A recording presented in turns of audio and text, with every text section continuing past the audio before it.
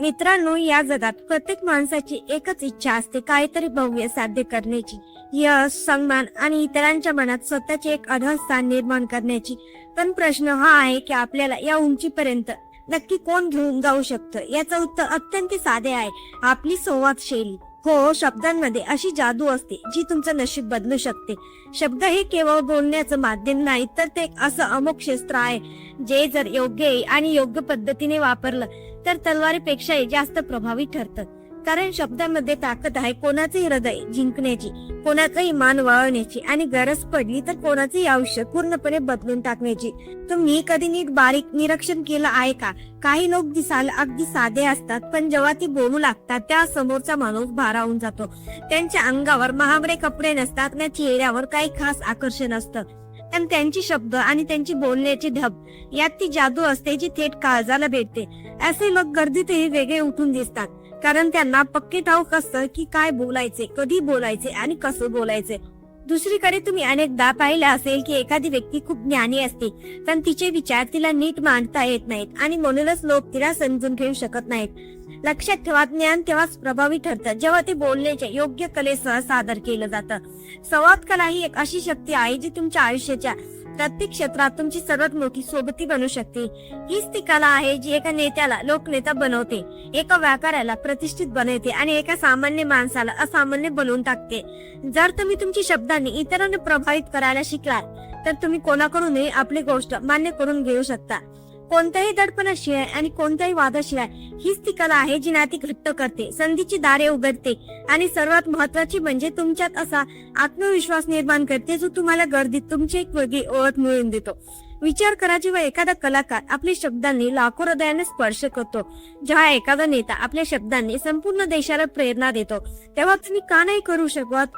फरक फक्त इतकाच आहे की त्यांनी बोलण्याची कला समजून घेतली आणि ती आत्मसात केली. तर बहुतेक लोक फक्त बोलतच राहतात. मित्रांनो, ही संवाद शैली शिकण्यासाठी कोणत्याही पदवीची किंवा मोठ्या पुस्तकाची गरज नसते.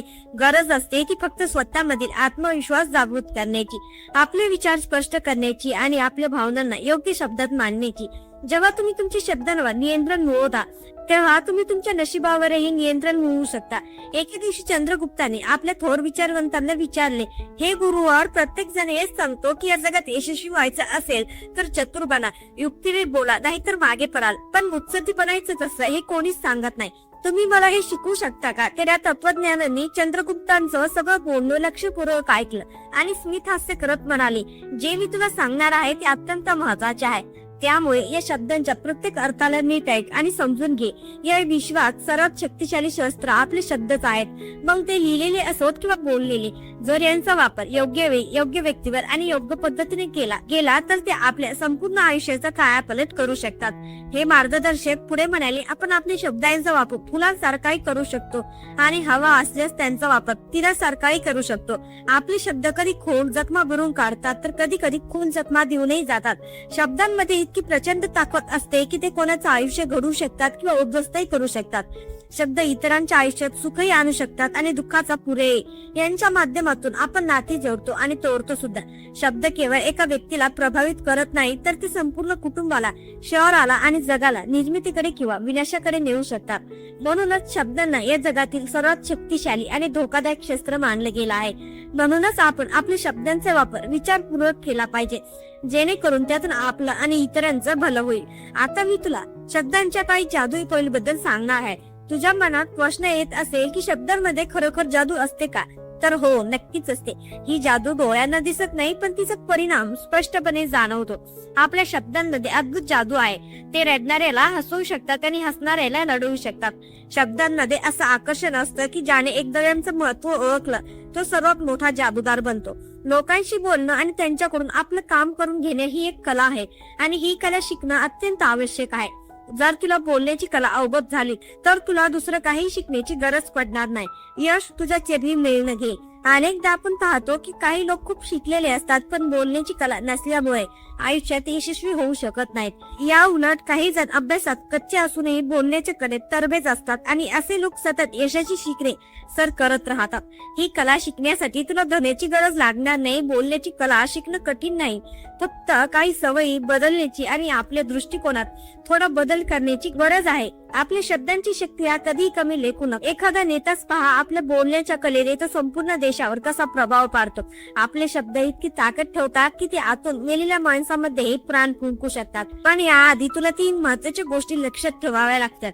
जेव्हा जेव्हा तू शब्दांची तीर चालवण्याचा विचार करशील तेव्हा आधी हे विचार कर की हे तीर कोणावर सुटणार आहेत, हे तीर का सोडले जात आहेत आणि या तीराचा परिणाम काय होईल. परमेश्वराने आपल्याला 2 कान आणि 1 तोंड दिला आहे जेणेकरून आपण जास्त ऐकावं आणि कमी बोलावं. जे लोक कमी बोलतात त्यांची विचार करण्याची आणि समजून घेण्याची क्षमता अधिक असते. ते कोणत्याही कार्यात आपले 100% योगदान देऊ शकतात. मुत्सद्दी बोलण्याचा अर्थ असा नाही की तू स्वार्थी व्हावस, तर याचा अर्थ असा आहे की तू स्वतःचे आणि इतरांचेही कल्याण करावेस. थोर विचारवंतांनी सांगितलेला पहिला नियम मोजके शब्दात मांडणी करा. आपल्या गोष्टीत कमीत कमी शब्द मांडायला शिका, कारण बुद्धिमत्तेचा खरा अर्थ गोष्टींना सोपं बनवणं आहे, क्लिष्ट करणं नाही. ज्या व्यक्तीचं आपल्या विचारांवर नियंत्रण नाही, जो प्रत्येक गोष्ट उगाच ताणत राहतो, तो हळूहळू आपल्या शब्दांचा प्रभाव गमावून बसतो. लक्षात ठेवा, शब्द जितके कमी असतील प्रभाव तितकाच खोल असेल. आपल्या आजूबाजूला नेहमी अशी एखादी व्यक्ती असते जी बोलताना इतकं फिरवून फिरवून बोलते की ऐकणाऱ्याचं लक्ष मधूनच विचलित होतं. सुरुवातीला तर तुम्ही त्यांचे बोलणं लक्षपूर्वक ऐकता, पण काही वेळातच तुम्हाला कंटाळा येऊ लागतो. आजच्या काळात प्रत्येक माणूस धावतोय, कोणाकडे इतका वेळ नाही की तो तुमच्या लांबलचक कथा ऐकत बसेल. लोक तेच ऐकतात जे थेट, अचूक आणि परिणामकारक असतात. जर तुम्ही कमी शब्दात आपली गोष्ट मांडायला शिकलात तर तुम्ही केवळ बोलणारे नाही तर प्रभाव पाडणारे बनता. हाच फरक असतो एका सामान्य माणसात आणि एका प्रभावशाली वक्त्यामध्ये. जो व्यक्ती कमी शब्दात जास्त अर्थ भरतो तोच खरा ज्ञानी ठरतो. जो व्यक्ती लांब लचक बोलण्यात भरकटतो त्याचा उद्देश हरवतो. दुसरा नियम, लोकांची मने जिंकायला शिका. जर तुम्हाला बोलण्याच्या कलेत निपुण व्हायचं असेल तर इतरांचं हृदय जिंकायला शिका. कारण जगात जर काही सर्वात कठीण काम असेल तर ते म्हणजे कोणाच्या मनात जागा निर्माण करणं. जेव्हा तुम्ही लोकांना भेटता, त्यांच्याशी बोलता, तेव्हा प्रयत्न करा की त्यांना तुमच्या सोबत प्रसन्न वाटावं. प्रत्येक व्यक्तीच्या आत एक छोटीशी इच्छा असते, कोणीतरी माझी स्तुती करावी, माझी कदर करावी, माझं म्हणणं ऐकून घ्यावं. ही इच्छा श्रीमंत असो वा गरीब प्रत्येकात असते. जर तुम्ही ती इच्छा योग्य वेळी ओळखून योग्य शब्दात पूर्ण केली तर तुम्ही त्यांचं हृदय जिंकता. ज्याला वश करायचं आहे त्याला आधी जाणीव करून द्या की तो तुमच्यासाठी महत्वाचा आहे. जर तुम्हाला कोणाकडून काम करून घ्यायचं असेल तर तुम्ही त्याला आदेश देऊन वश करू शकत नाही. पण स्तुती ही ती जादुई चावी आहे जी कोणाचंही हृदय उघड करू शकते. पण याची चावी तेव्हाच काम करते जेव्हा तुमचं कौतुक सच्च्या मनातून केलेलं असतं. तुमच्या शब्दात जर बनावटपणा असेल तर समोरचा लगेच ओळखून जाईल. फरक फक्त शब्दांचा नसतो तर तो तुमच्या बोलण्याचा, तर तो तुमच्या शुद्ध भावनेचा असतो. तिसरा नियम, पूर्ण आत्मविश्वासाने बोला. जे काय बोलाल ते विश्वासाने बोला, कारण शब्दांची खरी ताकद आवाजात नाही तर त्यांच्या मागे लपलेल्या दृढ निश्चयात असते. तुमचा आवाज मग तो हळू असो वा मोठा, जर त्यात आत्मविश्वासाचा प्रतिध्वनी असेल तर तो ऐकणाऱ्याच्या हृदयात उतरतोच. पण जर तुमचा स्वतःचाच तुमच्या शब्दांवर विश्वास नसेल तर दुसरा कोणी का विश्वास ठेवेल. आपल्यापैकी अनेकांकडे ज्ञान आहे, पण जेव्हा आपली बाजू मांडण्याची वेळ येते तेव्हा भीतीमुळे आपण मागे सरकतो. लोक हसतील तर नाही ना, ही भीती आपल्या शब्दांची ताकद संपवून टाकते. वस्तुस्थिती ही आहे की जो व्यक्ती आत्मविश्वासाने बोलतो तोच इतरांवर प्रभाव पाडतो. लोक तुमच्या माहितीपेक्षा तुमच्या कॉन्फिडन्सचा आवाज आधी ऐकतात. जो आपली बाजू मांडताना अडकवतो तो आपल्या शब्दांना कमकुवत बनवतो. आत्मविश्वास केवळ तुमच्या लहेजात नाही तर तुमच्या शरीरात, डोळ्यात आणि हावभावातही दिसून येतो. जेव्हा तुम्ही तुमची गोष्ट पूर्ण खात्रीने मांडता तेव्हा समोरचा व्यक्ती तुमच्या बोलण्यावर विश्वास ठेवू लागतो. चौथा नियम, शब्दांमध्ये जिवंत भावना होता. हे द्रष्टे म्हणतात की भावनांशिवाय शब्द म्हणजे केवळ आवाज असतो, पण जेव्हा त्यात भावना मिसळते तेव्हा ती थेट काळजाला भिडणारी वाणी बनते. जी गोष्ट फक्त मेंदूतून निघते ती कानापर्यंत जाते, पण जी गोष्ट हृदयातून निघते ती थेट समोरच्या व्यक्तीच्या काळजात उतरते. आजच्या काळात प्रत्येक जण बोलतो, पण खूप कमी लोक जाणीव करून देतात की जर तुम्हाला वाटत असेल की तुमचं बोलणं लोकांच्या हृदयाला स्पर्शून जावं तर त्यात भावनेचा रंग भरा. तुमच्या आवाजात ती ऊब असावी जी कोणाचं हृदय प्रकाशित करेल. प्रभाव ते शब्दांचा पडतो ज्यात माणुसकी आणि सत्याचा सुगंध असतो. जर समोरचा दुःखी असेल तर तुमच्या आवाजात संवेदना दिसली पाहिजे. तुमच्या बोलण्याचा मार्ग ठरवतो की तुमचं म्हणणं परिणाम करेल की नाही. शब्द तेच ठेवा पण त्यात जीव होता. जेव्हा तुमच्या आवाजात भावना असेल तेव्हा तुमचं बोलणं फक्त ऐकले जाणार नाही तर ते अनुभवलं जाईल आणि जी गोष्ट अनुभवली जाते तीच कायमस्वरूपी लक्षात राहते. 5वा नियम, नजरेला नजर देऊन संवाद साधा. जेव्हा जेव्हा कोणाशी बोलाल तेव्हा त्यांच्या डोळ्यात डोळे घालून बोला, कारण डोळे हा तो आरसा आहे जो शब्दांच्या आधी तुमची प्रामाणिकता दाखवून देतो. तुमची जीभ काहीतरी वेगळं बोलू शकते पण तुमचे डोळे नेहमी खरं बोलतात. जेव्हा तुम्ही कोणाशी नजर मिळवून बोलता तेव्हा समोरचा व्यक्ती तुमच्यावर विश्वास ठेवू लागतो. त्याला जाणवतं की तुम्ही खरे आहात आणि तुमच्या बोलण्यात दम आहे. पण जर तुम्ही नजर चोरून बोलला तर समोरच्याच्या मनात संशय निर्माण होतो. शब्दांच्या आधी नजर बोलते. जेव्हा ती प्रत्येक यशस्वी वक्ता बोलताना लोकांच्या डोळ्यात बघतो, कारण हाच तो क्षण असतो जेव्हा समोरचा व्यक्ती तुमच्याशी खऱ्या अर्थाने जोडला जातो. ही केवळ बोलण्याची पद्धत नाही तर ही एक मानसिक शक्ती आहे. ही समोरच्याला सांगतं की मी तुला महत्त्व देतो आणि माझं म्हणणं मोलाचं आहे. 6वा नियम, आवाजाचा चढ उतार आणि शब्दांचा वेग नियंत्रित करा. Voice modulation. केवळ काय बोलायचे हे महत्वाचे नसून ते कसे बोलायचे हे त्याहूनही अधिक मोलाचे आहे. हे मार्गदर्शक सांगतात की आवाजात जोराब आणि गोडवा यांचा योग्य समतोल असायला हवा.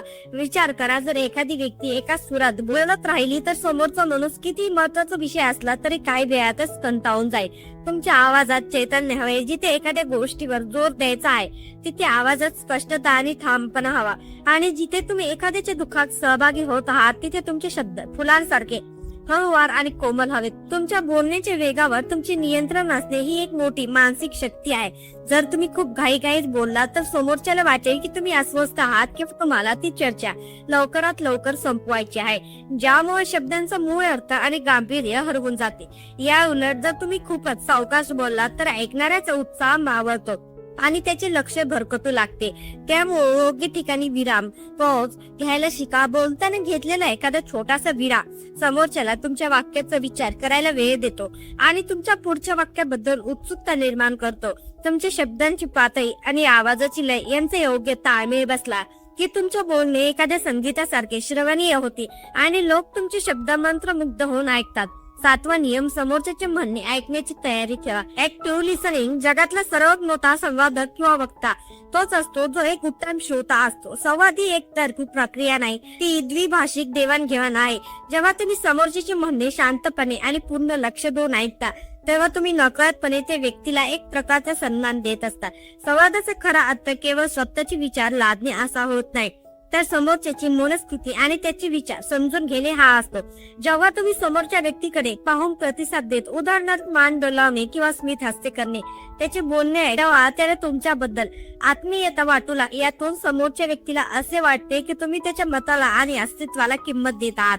यामुळे त्याचा तुमच्यावरचा विश्वास वाढतो. जेव्हा तुम्ही समोरच्याचे बोलणे पूर्ण ऐकता तुम्हाला त्यातील बारीक तपशील समजतात, ज्यामुळे तुम्हाला अधिक अचूक आणि प्रभावी उत्तर देण्याची संधी मिळते. लक्षात ठेवा, जो फक्त स्वतःचेच बोलत राहतो तो लवकरच लोकांसाठी कंटाळवाणा ठरतो, पण जो इतरांना बोलण्याची संधी देतो आणि त्यांचे म्हणणे समजून येतो तो लोकांच्या हृदयात कायमचे स्थान निर्माण करतो. 8वा नियम, शब्दांचा आब आणि दर्जा राखा.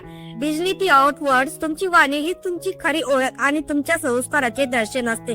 तत्वज्ञ म्हणतात की कधीही अशा शब्दांचा वापर करू नका ज्यामुळे तुमची स्वतःची किंवा समोरच्याची प्रतिमा मलिन होईल. शब्दांचा वापर करताना नेहमी नम्रता, सभ्यता आणि मर्यादा पाळणे अनिवार्य आहे. तुमचे शब्द तुमच्या व्यक्तिमत्वाचा आरसा असतात, त्यामुळे ते नेहमी शुद्ध आणि वजनदार असावेत. समाजात वावरताना प्रत्येक नात्यानुसार आणि परिस्थितीनुसार शब्दांची निवड करायला शिका. रागाचे भरात किंवा अनावधाने तोंडातून निघालेला एक चुकीचा शब्द आयुष्यभराची नाती क्षणात तोडू शकतो. त्यामुळे बोलण्यापूर्वी नेहमी शब्दांची चाचणी करा. तुमचे शब्द कोणाच्या तरी जखमेवर फुंकर घालणारे असावेत, कोणाला तरी नवी उभारी देणारे असावेत. जेव्हा तुमच्या शब्दातून तुमची संस्कृती आणि प्रगल्भ विचार झळकतात तेव्हा समाजातील लोक आपोआप तुमच्याकडे आकर्षिले जातात. समाजात मान सन्मान मिळवण्यासाठी केवळ ज्ञान असून चालत नाही, तर त्या ज्ञानाला शिस्तबद्ध आणि सन्मानजनक शब्दांची जोड देणे अत्यंत आवश्यक आहे. आपल्या शब्दांचा दर्जा जितका उच्च असेल तितकेच तुमचे व्यक्तिमत्व अधिक प्रभावी आणि वलयकिंत होईल. मित्रांनो, आपले शब्द ही आपली सर्वात मोठी अदृश्य संपत्ती आहे. हे शब्दच ठरवतात तुम्ही यशस्वी होणार की अपयशी. लोक तुम्हाला लक्षात ठेवणार की विसरून जाणार. जर तुम्ही आज सांगितलेल्या या 8 नियमांचे तुमच्या दैनंदिन जीवनात काटेकोरपणे पालन केले तर तुमची संवाद शैली केवळ प्रभावीच होणार नाही तर तुम्ही लोकांच्या मनावर अधिराज्य गाजवाल. लक्षात ठेवा, जर जिंकायला तलवारीची गरज नसते, शब्दांची योग्य कला अवगत असेल तर तुम्ही कोणाचे हृदय जिंकू शकता. तुमच्या शब्दांना तुमच्या प्रगतीचे आणि प्रबोधनाचे माध्यम बनवा. तुमच्या वाणीतून कोणाचे तरी आयुष्य सुसंयोग व्हावे हाच या संवाद कलेचा खरा उद्देश असावा. जर तुम्हाला आजचा हा मार्गदर्शक व्हिडिओ आवडला असेल आणि यातील सायकोलॉजिकल मुद्द्यांनी तुमच्या विचारांना दिशा दिली असेल तर व्हिडिओला नक्की लाईक करा. तुमच्या मित्रांसोबत आणि परिवारांसोबत ही माहिती शेअर करा, जेणेकरून त्यांनाही त्यांच्या संवाद कलेत सुधारणा करता येईल. अशा प्रकारचे सखोल, वैचारिक आणि प्रेरणादायी विषयासाठी आपल्या चॅनलला सबस्क्राईब करायला विसरू नका. तुमच्या प्रतिक्रिया कमेंट बॉक्स मध्ये नक्की कळवा, कारण तुमचे मत आमच्यासाठी मोलाचे आहे. धन्यवाद.